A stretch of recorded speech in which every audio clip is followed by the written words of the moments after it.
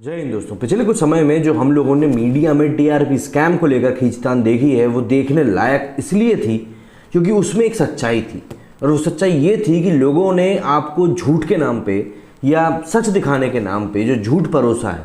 उस झूठ को उन्होंने फेक न्यूज़ की शक्ल देकर जो टीआरपी का गंदा खेल खेला है वो कितनी बुरी तरीके से आपको और हमको अफेक्ट करता है।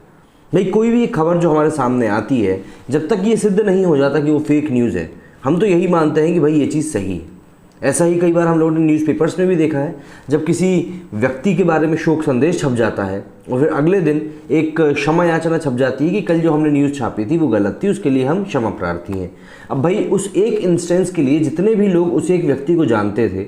उनको तो एक शौक लगा होगा ना, उनको तो एक धक्का लगा होगा ना, लेकिन उस बात की भरपाई कोई करता नहीं है और उस बारे में कोई बात करता नहीं है। इस बारे में हम लोग फिर कभी बात करेंगे। आज के इस वीडियो में हम बात करने वाला हूँ कि आज जो बॉम्बे हाईकोर्ट में पूरा सीन हुआ है उसके बारे में। अर्नब गोस्वामी की इसको हम बड़ी जीत कह सकते हैं एक तरीके से। और आज मेन चीज़ों में बात करने वाले हम दो चीज़ों के बारे में। पहली तो ये कि किस तरीके से कोर्ट में पूरी चीज़ें हुई हैं, क्या क्या दलीलें पेश की गई, और दूसरी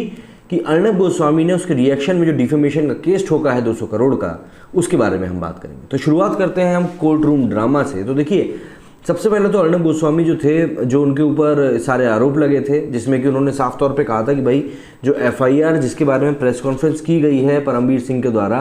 उस एफआईआर में दरअसल रिपब्लिक भारत का नाम ही नहीं है। उस एफआईआर में तो नाम है इंडिया टुडे का, और उसको लेकर कार्रवाई की जानी चाहिए या फिर उनका नाम मेंशन किया जाना चाहिए, लेकिन ऐसा कुछ हुआ नहीं है। अब इस चीज़ के बारे में सीधी सी बात है, अगर एफआईआर में रिपब्लिक टीवी का नाम नहीं है तो इस बारे में हमको जवाब मिलना चाहिए कि जब इनका नाम नहीं था तो यहाँ पे इनका नाम क्यों मेंशन किया गया। हालांकि एक धड़े ने इस बारे में भी जानकारी दी कि एफआईआर जो है वो कई जगह पे अलग अलग नाम से सबमिट की गई है, लेकिन फिर बात ये निकल के आती है कि जब एफआईआर करने वाला बार्क और हंसा ग्रुप जो था, इन लोगों ने जब एफआईआर कर दी तो इन्होंने तो एक ही एफआईआर सबमिट करी है, तो फिर अलग अलग एफआईआर की बात जो आती है वो कहाँ से सही है। खैर ठीक है, इस बात को छोड़ते हैं।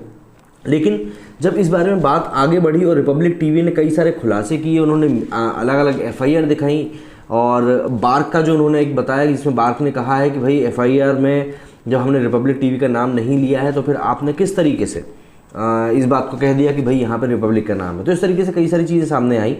और ऐसे में सबसे बड़ा झटका यहाँ पे परमवीर सिंह के लिए ये था कि कपिल सिब्बल, जो कि महाराष्ट्र गवर्नमेंट की तरफ से केस लड़ रहे थे, उन्होंने, मैं सीधे सीधे शब्दों में शायद यही कहना सही रहेगा कि उन्होंने परमवीर सिंह की तरफ से अपना पल्ला झाड़ लिया। मतलब कि उन्होंने सीधे सीधे कोर्ट में यह कह दिया कि भाई रिपब्लिक का नाम जो था वो रिपोर्ट में था ही नहीं। अब जब सरकार की तरफ से ये बात सामने आ गई कि भाई रिपोर्ट में किसी भी तरीके से रिपब्लिक का नाम नहीं था, तो फिर अब बचने के लिए रह क्या गया। भाई मुद्दे की बात यह है कि जब, देखिए, एक समझदार व्यक्ति वो होता है जब वो किसी मंच के ऊपर बैठ के, ख़ास तौर पर जब वो किसी ऐसे बड़े पद पे हो जिसकी एक गरिमा हो, जिसका कि एक रुतबा हो, तो उस पद पे बैठ के आप इस तरह की बातें नहीं कर सकते। और वहाँ पे बैठ के यदि आप इस तरह की बातें करते हैं तो फिर उसके कई सारे कॉन्सिक्वेंसेस हो सकते हैं, जो कि अभी हमें देखने के लिए मिल भी रहे हैं। और किस तरीके से हमें भी ये चीज़ समझनी चाहिए कि हमें गलत खबर नहीं चलानी है या हमें गलत खबरों को कंज्यूम करके आगे नहीं बढ़ाना है व्हाट्सएप यूनिवर्सिटी पे, हमें वो चीज़ भी इसी केस से हमें समझ में आएगी। टीआरपी का बंदरबाट जो है वो पिछले कई वीडियोज़ में आपको समझा चुका हूँ कि एडवर्टाइजिंग का खेल है, और कैसे एक न्यूज़ चैनल जो पिछले 10 साल से शायद नंबर 1 था, वो एक महीने नंबर 1 की कुर्सी से क्या छीनी उसकी, और वो छटपटाने लगा। हालांकि बार्क ने अब ये कह दिया है कि भाई 11 से 12 हफ्तों के लिए अब हम लोग टीआरपी जो है नहीं दिया करेंगे, जिससे कि बहुत बड़ा गेम चेंज हो सकता है, क्योंकि खासतौर पे इस चीज़ को मद्देनज़र रखते हुए कि बिहार के इलेक्शन सर पे हैं। अब दूसरी बात आ जाती है अर्नब गोस्वामी ने जो डिफेमेशन का केस किया है। अर्नब गोस्वामी की टीम ने ये कहा है कि भाई हम लोग जो है डिफेमेशन का केस करेंगे परमवीर सिंह के ऊपर, और इस बात को ये कहते हुए उन्होंने कहा है कि भाई परमवीर सिंह ने जिस तरीके से इस पूरी चीज़ को रिपोर्ट किया, प्लस उन्होंने जिस तरीके से प्रेस कॉन्फ्रेंस की, वो काफ़ी ज़्यादा गैर जिम्मेदार प्रेस कॉन्फ्रेंस थी, और जिस तरीके से उसमें रिपब्लिक भारत का नाम लिया गया है उससे रिपब्लिक भारत की इमेज प्लस अर्नब गोस्वामी की इमेज को बहुत ज़्यादा धक्का पहुंचा है। इसीलिए उन्होंने कहा है कि भाई 100 करोड़ रुपए तो अर्नब गोस्वामी का नाम खराब होने के लिए और 100 करोड़ रुपए रिपब्लिक भारत की इमेज खराब होने के लिए। अब समझने वाली बात यह है कि एक सरकारी मुलाजिम इतनी बड़ी रकम कैसे पे कर सकता है। तो यहाँ पे जहाँ तक है मुझे लगता है कि माफ़ी से पूरा काम ख़त्म हो जाएगा, लेकिन मुद्दा वही आ जाता है ना कि जब आप इतने बड़े ओहदे पे होते हो तो उसके बाद आप ऐसे काम करके अगर माफ़ी मांगो तो वो भी सही नहीं लगता। हाँ ठीक है, जेन्युइन कोई गलती है आपसे हुई है और आप खुद ही उस चीज़ को एक्सेप्ट कर लो तो एक बार समझ में आता है कि हाँ नहीं ठीक है, क्योंकि इंसान हो भैया, इंसान से ही गलतियाँ होती हैं, तो गलती हो गई, आपने गलती मान ली। लेकिन जिस तरीके से फिर हम लोगों ने सीनाजोरी देखी और जिस तरीके से रिपब्लिक के पत्रकार को भी बंद किया गया और जिस तरीके से रिपब्लिक को लेकर पूरे स्टैंड हुए, 10 मिनट वाला जो नोटिस आया था, इन सभी चीज़ों को लेकर हमारे सामने अब कई सारी चीज़ें आ चुकी हैं ऑलरेडी, जिनको कि लोगों ने समझा भी है और देखा भी है कि किस तरीके से सिर्फ एक न्यूज़ चैनल को पकड़ के घसीटा गया है। खैर हालांकि इस चीज़ के अपने अपने कारण भी थे, क्योंकि जिस तरीके से अर्नब गोस्वामी ने पिछले कुछ समय में, चाहे वो दिल्ली में हुए दंगों की बात कर ले हम, चाहे वो सोनिया गांधी के एंटोनियो माइनो वाली बात हुई हो, दिल्ली के पालघर मुंबई के जो महाराष्ट्र के पालघर में जो साधुओं की हत्या हुई थी उसको लेकर, या राहुल गांधी से सवाल करने को लेकर हो, या फिर SSR के केस में महाराष्ट्र गवर्नमेंट के ऊपर सवाल करने को लेकर हो, तो ये चीज़ काफ़ी समय से लोग आकलन कर रहे थे कि आने वाले समय में अगर कोई मौका मिलता है तो अर्नब गोस्वामी की मुश्किलें काफ़ी हद तक बढ़ सकती हैं।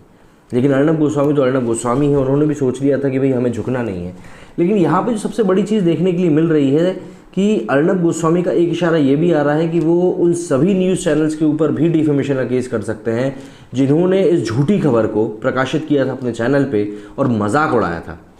एक चैनल ने इनको बनाना रिपब्लिक कहा था, एक चैनल ने इनको जल्लाद तक कह दिया था। तो ऐसे में हम लोग ऑलरेडी देख चुके हैं कि न्यूज़ चैनल्स, कुछ न्यूज़ चैनल, बल्कि एक न्यूज़ चैनल जिसका मैं आज तक नाम लेना पसंद नहीं करता हूँ, उस न्यूज़ चैनल के ऊपर तो एक बार 5 लाख का जुर्माना लग चुका है और अभी रिसेंटली 1 लाख का जुर्माना भी सिर्फ इसी चीज़ के लिए लगा क्योंकि उन्होंने गलत तरीके से खबरों को प्रकाशित किया था।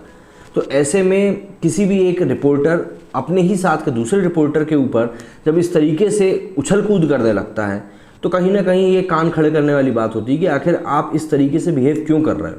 क्योंकि आप लोग एक ही बिरात के आते हो, आप लोग एक ही तरफ के लोग हो, तो एक दूसरे की बात को आप लोगों को समझना चाहिए। पर शायद TRP की रेस में ये लोग इतने अंधे हो गए थे कि एक दूसरे का साथ देना तो छूट दौड़ की बात है, एक दूसरे को बदनाम करने में भी पीछे नहीं हट रहे थे। और सबसे बड़ी बात, TRP का जो पूरा गेम चल रहा था, ऐसे में अगर इनको ये दिख रहा था कि हम सामने वाले को उसी की चोट दे सकते हैं तो हम क्यों ना दें। लेकिन ऐसे में अब जो चीज़ सामने निकल के आ रही है, रिपब्लिक भारत ने कहा है कि भाई हम लोग जो हैं, देखिए रिपब्लिक भारत की बेसिकली बात ये है कि उन्होंने वो चीज़ें दिखाई जो लोग देखना चाहते थे। उन्होंने दिल्ली के बारे में बात करी, उन्होंने बेंगलोर के बारे में बात करी, उन्होंने पालघर के बारे में बात करी, उन्होंने SSR के बारे में बात करी, उन्होंने बच्चों जो नीट की परीक्षा के ऊपर जो बवाल चल रहा था उन्होंने उसके ऊपर भी बात करी। वो हर एक चीज़ के बारे में बात कर रहे हैं जो पब्लिक चाहती है, जो आज की डेट में शायद नहीं हो रहा है। ठीक है, उनका भी कुछ ना कुछ एजेंडा है रिपब्लिक का जिसके तहत वो ये सारी चीज़ें कर रहे होंगे, क्योंकि आज की डेट में सभी न्यूज़ चैनल्स का लगभग मुझे ऐसा लगता है कि अपना अपना एजेंडा होता है। लेकिन स्टिल अगर पब्लिक जो देखना चाह रही है वो चीज़ आप दिखा रहे हो तो बात कुछ और होती है। और यही चीज़ हम लोगों ने TRP की रेटिंग में भी देखी, क्योंकि रिपब्लिक भारत वही चीज़ें दिखा रहा था जो पब्लिक देखना चाह रही थी, इसीलिए पब्लिक का भी रिपब्लिक भारत को सपोर्ट मिला और वो कुछ ही समय में नंबर 1 के चैनल नंबर 1 के पोजीशन पे काबिज हो गए। अब अगर दूसरे चैनल्स ने भी देखा कि भाई इस तरीके से लोग रिपोर्टिंग कर रहे हैं तो उसको कई तरीके से डिफेम करने की कोशिश की गई। कई जो फ्रेंडली न्यूज़ मीडिया है जो एक दूसरे के साथ मिलकर काम करती है, उन लोगों ने तो मिलकर प्रोपेगेंडा चलाया कि भाई ये लोगों के रिपोर्टर देखो कितने बुरे हैं, जानवर टाइप के रिपोर्टर हैं। हाँ, कुछ वीडियोस मैंने भी देखे जिनको देख के हंसी आई, बट स्टिल रिपोर्टिंग तो रिपोर्टिंग होती है ना, तो जो दिखा रहा है, जो सही दिखा रहा है भाई वो देखने की बात है। तो इस तरीके से कई सारी चीज़ों के आज डेवलपमेंट हुए हैं, लेकिन आज जो चीज़ें निकल के सामने आई हैं उनको अर्नब की बड़ी जीत कहना मेरे हिसाब से एक हद तक सही होगा। आप लोगों का कहना है मुझे कमेंट्स में बिल्कुल बताएं। मेरे इस वीडियो में फिलहाल इतना ही। जय हिंद, जय भारत।